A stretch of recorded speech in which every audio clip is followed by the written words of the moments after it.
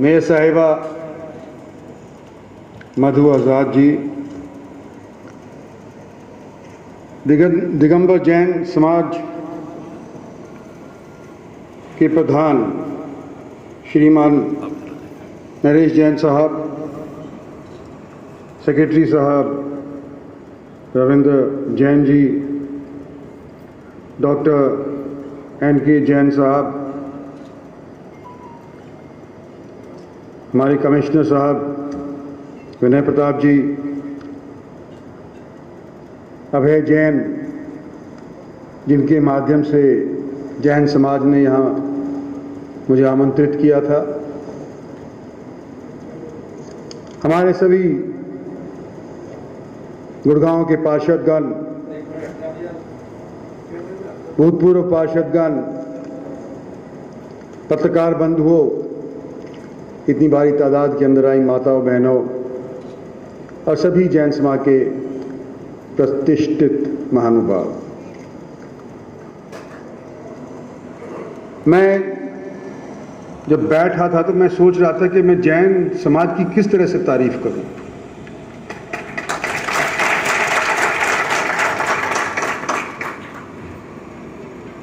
लंबी चौड़ी बात सोच रहा था, पर मेरी बात अभय जैन ने चोरी कर ली। जो मैं कहना चाह रहा था वो पहले ही नकली कह दिया। तो ये मेरी शिकायत अभय जैन से है और निवेदन आप लोगों से है कि जो भी बात अभय जैन ने जैन समाज के बाबत कही है, वो जैन समाज की बात अभय जैन की मुंह से ना समझी जाए, मेरे मुंह से समझी। संक्षिप्त में कर रहा हूं, भूख लग रही होगी इसलिए संक्षिप्त में कर रहा हूं। और एक बात इन्होंने जो नहीं कही थी वो मैं कहना चाहता हूं कि मुझे राजनीति के अंदर 40 साल हो गए, 42 साल हो गए। कार्यक्रमों के अंदर अमूमन अगर कोई मंत्री होता है, MLA होता है, MP होता है, चेयरमैन होता है, महापौर होता है, तो स्वागत गान होता है। आमतौर के ऊपर बच्चे करते हैं। और अगर 26 जनवरी हुई, 15 अगस्त हुई, तो स्कूल के अंदर अभ्यास करवाया जाता है कि जब स्वागत गान करो तो एक सुर के अंदर करना। मेरी पूरी राजनीतिक जिंदगी के अंदर मैं आपको कहता हूं कि महिलाओं को, बड़ी महिलाओं को स्वागत गान करने मैंने आज तक नहीं देखा। वास्तविकता है। और फिर बेसुरी बात नहीं रही, सुर के साथ किया, सुर में सुर मिला करके किया। ये अभ्यास किया, कब किया भगवान जाने, लेकिन आपने जो सुर के अंदर सुर मिला करके जो हमारा स्वागत किया, आपका माताओं बहनों बहुत बहुत धन्यवाद।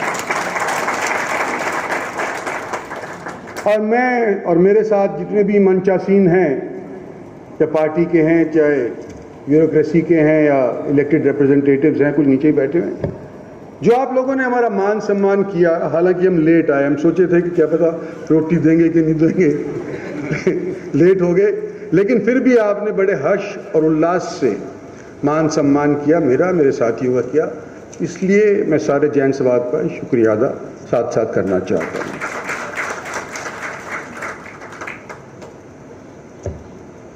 पिछला साल बड़ा संकट के अंदर गुजरा, और जब संकट से उभर करके आए तो नवीन गोयल साहब ने इस तरह का कार्यक्रम एक बार पहले, कोई महीना 2 महीना पहले किया था, जब संक्रमण कम हो गया था। और ये दूसरा प्रोग्राम है जहां चिकित्सा के ऊपर बल दिया जा रहा है और जैन समाज की तरफ से इसके अंदर पूरा योगदान दिया गया है। जब संक्रमण चल रहा था, लॉकडाउन चल रहा था, बड़े बड़े मुल्क अमेरिका जैसे, ब्रिटानिया जैसे, फ्रांसीसी जैसे, उनके गोडे टिक गए, आज भी टिके हुए। दूसरी लहर, तीसरी लहर आज के दिन विश्व के अंदर प्रचलित है। समझ नहीं रहा कैसे करें। और जो देश डेवलपिंग कंट्री के तौर पे गिना जाता था, हिंदुस्तान, आज वो डेवलप्ड कंट्रीज के आगे के अंदर है कि यहां पर हम कोविड की वैक्सीन बना करके विश्व के अंदर अनेक मुल्कों के अंदर भेजने लगे। तख्ता एकदम पलट गया। कहां वो हमको मांगता बोले करे थे, आज वो मांगते हैं हमसे मांगा करे थे। ये हो गई, ये मोदी सरकार की तरफ से हुआ। हमारे जैसे एमपी ने जो एमपी लैड फंड हमको मिलता था, वो सारा का सारा फाइनेंस मिनिस्ट्री के हवाले कर दिया। हमारे पास तो साधन रहा नहीं, लेकिन समाज के पास था। जो पैसा 2-4 जोड़ चुका था, एक साल के दौरान उसने उस पैसे को खर्च कर दिया। सारी जिंदगी की सेविंग खर्च कर दी। अनेक लोगों ने प्रशासन को दिया, गेहूं दिया, चावल दिया, दाल रोटी तेल दिया, और उसको वितरित करने के अंदर अनेक समाज सेवी सामने आए। भाई दानी तो जैन समाज के अलावा और भी बहुत हमने गुड़गांव के अंदर देखे। 1 लाख खाना दोपहर का बना, 1.5 लाख खाना शाम का बना। सरकार केवल अकेला नहीं कर रही थी, समाज सेवियों ने योगदान दिया। तो हिंदुस्तान, हरियाणा और गुड़गांव उभर करके आज के दिन कोविड के प्रकोप से निकल करके आ रहा है। और इस चीज के लिए उन सभी समाज सेवियों का भी मैं धन्यवाद करना चाहता हूं जो खुद संक्रमित हो गए। राशन पहुंचाने के लिए जगह जगह गए, खुद अफ्लिक्टेड हो गए। 10-10, 20, ये दिलीप अभी बैठा हुआ है, पीछे बैठा है, खुद अफ्लिक्टेड हो गए। और फिर सरकार के अंदर ये आस्था रखी कि भी हमको जगह दिलवाओ अस्पताल के अंदर। भाई अस्पतालों के अंदर देखो, सरकारी भी हैं, रिटायर्ड हैं डॉक्टर जैन साहब सरकारी अस्पताल से, गुड़गांव के अंदर बड़े बड़े प्राइवेट। आज जो हिंदुस्तान का बड़ा नेता संक्रमित हो जाता है तो मेदांता में आकर के टिक जाता है। लेकिन यहां के लोकल लोगों को अगर संक्रमण हो गया तो हमारे कभी तो मेयर साहिबा की, कभी डीसी साहब की, कभी विनय प्रताप की, कभी इंद्रजीत सिंह की सिफारिश करवानी पड़ती थी। ये जो गुड़गांव के बाशिंदों के साथ और खास तौर के ऊपर समाज सेवियों के साथ इस तरह की हरकत प्राइवेट अस्पतालों ने करी पिछले दिनों के अंदर, वो नागवारी है, वो मुझे नामंजूर है। आने वाले समय के अंदर इसके बारे में हमारी सरकार को और हमारी एडमिनिस्ट्रेशन को कुछ ना कुछ जरूर सोचना चाहिए।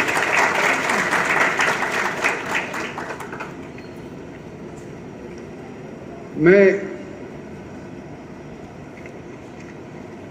दिगंबर जैन मंदिर का जिक्र करना चाहता हूं। प्रधान जी ने, नरेश जी ने उसका जिक्र किया। सबसे पुराना प्राचीन मंदिर है।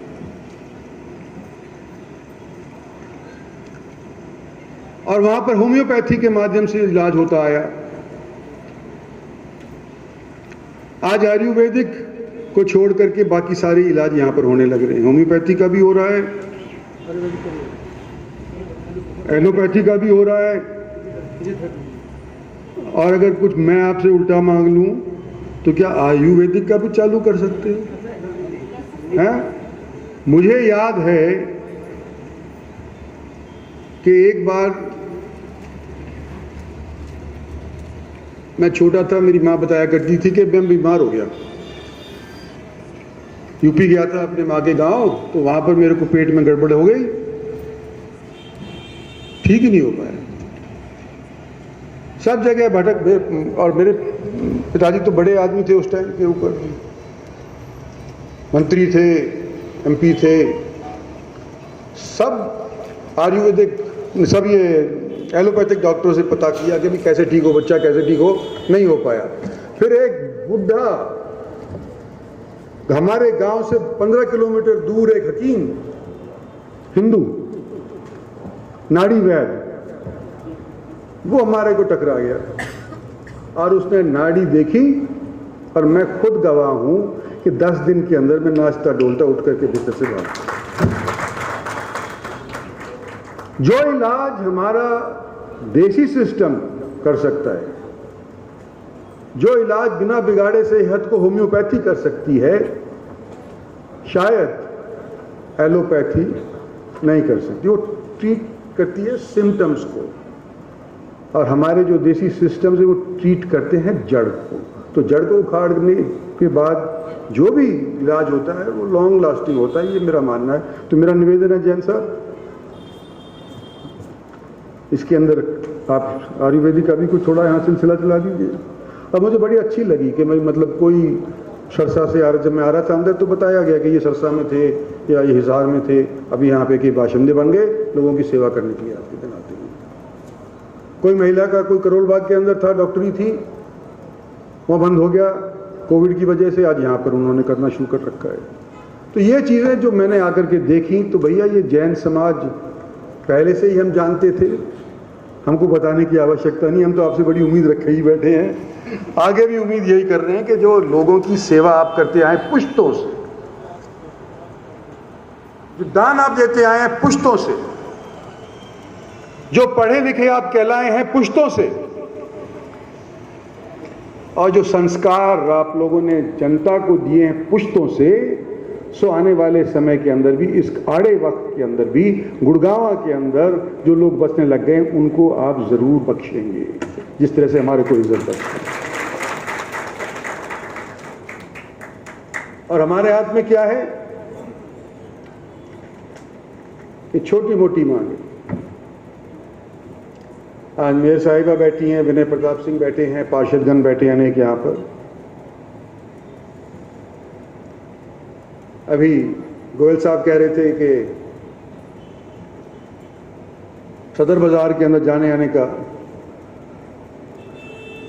रास्ता तकरीबन बंद हो गया। पार्किंग गुड़गांव के अंदर आज के दिन बड़ी मुश्किल से मिलती है। कोई चिकित्सा के लिए भी जाता है तो गाड़ी परे खड़नी पड़ती है और पैदल चल करके अस्पताल या डॉक्टर या इस जगह के ऊपर आना पड़ता है। हम चुने हुए नुमाइंदे अगर आपकी नहीं सुनेंगे तो किसकी सुनेंगे? आप भी चुनी हुई नुमाइंदा हैं। आप भी गुड़गांव के डीसी रह चुके हैं। इनकी समस्याएं ये 3 जो बताई हैं इन्होंने, जैसे टोकन का आप करने लग रहे हैं सदर बाजार के अंदर, यहाँ का भी प्रबंध इस तरह के ऊपर हो कि टोकन से यहाँ पे मरीज आकर के अपने आकर खड़ा करके गाड़ी को अपने इलाज करवाए। तो पार्किंग की समस्या, इसको हल करवाएं प्लीज। मार्ग, महावीर मार्ग, बनारसी दास गुप्ता जब मुख्यमंत्री हुए थे वो अनलैन करके गए थे। नहीं सर, पत्थर भी लग गया, पत्थर लगा, तो वो बना नहीं। वो भी बन गया। सर नाम दें सर, पत्थर लगा रहा 25 तो जब छोड़ा हुआ तब वो पत्थर हट गया, बस पत्थर लगना। तो हमने तो पत्थर ही लगाना है। हींग लगाए ना, हथकड़ी पत्थर ही लगाना है, दोबारा से यही करना है ना। 2500 में जो बने बनाए रोड के ऊपर जिसका उद्घाटन चीफ मिनिस्टर कर सकते थे, हम तो उसके अंदर शरकत ही करनी है पत्थर लगा करके। 2500 के उत्सव पे लगा था कि भगवान महावीर के 2500 जन्मोत्सव पे लगा था सर वो। हाँ लगा था ना। हाँ जी, हाँ जी। और तीसरा स्टोन का द्वार। अब देखो हमारे सुप्रीम कोर्ट ने एक मसला बहुत सालों से लटका हुआ मसला सबकी रजामंदी से फैसला कर दिया, राम मंदिर बनवाने का फतवा उन्होंने जारी कर दिया। और वहां पर जगह जगह के दूर दराज से सारे कारीगर बुला करके और वो बढ़िया बढ़िया मतलब इमारतें बना रहे हैं, पिलर्स बना रहे हैं, वगैरह वगैरह बना रहे हैं। जब वहां अयोध्या के अंदर लोग जा सकते हैं कारीगर, तो यहां पर भी आ जाएंगे, मुझे पूरी विश्वास है। तो अगर ये आप बनवा सकते हैं, देखो देख करके बताना, अगर करवा सकते हैं तो इसको करवाएं। और फिर हम जैसे कि हम कहते हैं ना कि हम अनाउंस कर दिया और फिर नहीं करते तो अगली बार उन्हें वोट मांगने आया है, वो अनाउंसमेंट तेरी पूरी हुई नहीं। तो हम भी इनको यूं कहेंगे कि वायदा तो तुमने किया था इतनी खूबसूरत इमारत बनाने का, तुम्हारे से हुई नहीं। ये हम भी उड़ाना उल्टा दे सकते हैं और देंगे अगर ये हमारे को ये मंजूर कर देते हैं। तो ये मोटी मोटी बात आपके सामने हमने करनी थी। पार्किंग का हाँ जी, अरे है आप देना हाँ टॉयलेट की, हाँ जी सर ऑलरेडी है। हाँ। वैसे अमरूद यहाँ पर गुड़गांव में भी लागू है ना, अमृत जो बोलते हैं जिसको, उसका भी पैसा आता होगा। वैसे गुड़गांव तो बड़ा समृद्ध शहर है, काफ़ी पैसे हैं। थोड़ा लाइन और कानून व्यवस्था की आज एसपी साहब या कमिश्नर साहब यहाँ पे नहीं हैं, लेकिन मैंने नोट कर लिया है, पीसीआर का बंदोबस्त हम करवा देंगे कि यहाँ पर आगे महिलाएं जो आएँ अपने आप को महफूज समझें। तो ये मोटे मोटे तौर के ऊपर आप लोगों का सबका धन्यवाद। बड़ी शांतिपूर्वक आपने हमारा इंतज़ार किया, इत्मीनान से हमारी बात सुनी और अपनी बात बड़े ढंग से कही। आपका शुक्रिया अदा करते हुए आपसे इजाज़त चाहूँ। धन्यवाद और जय हिंद और मुबारकबाद।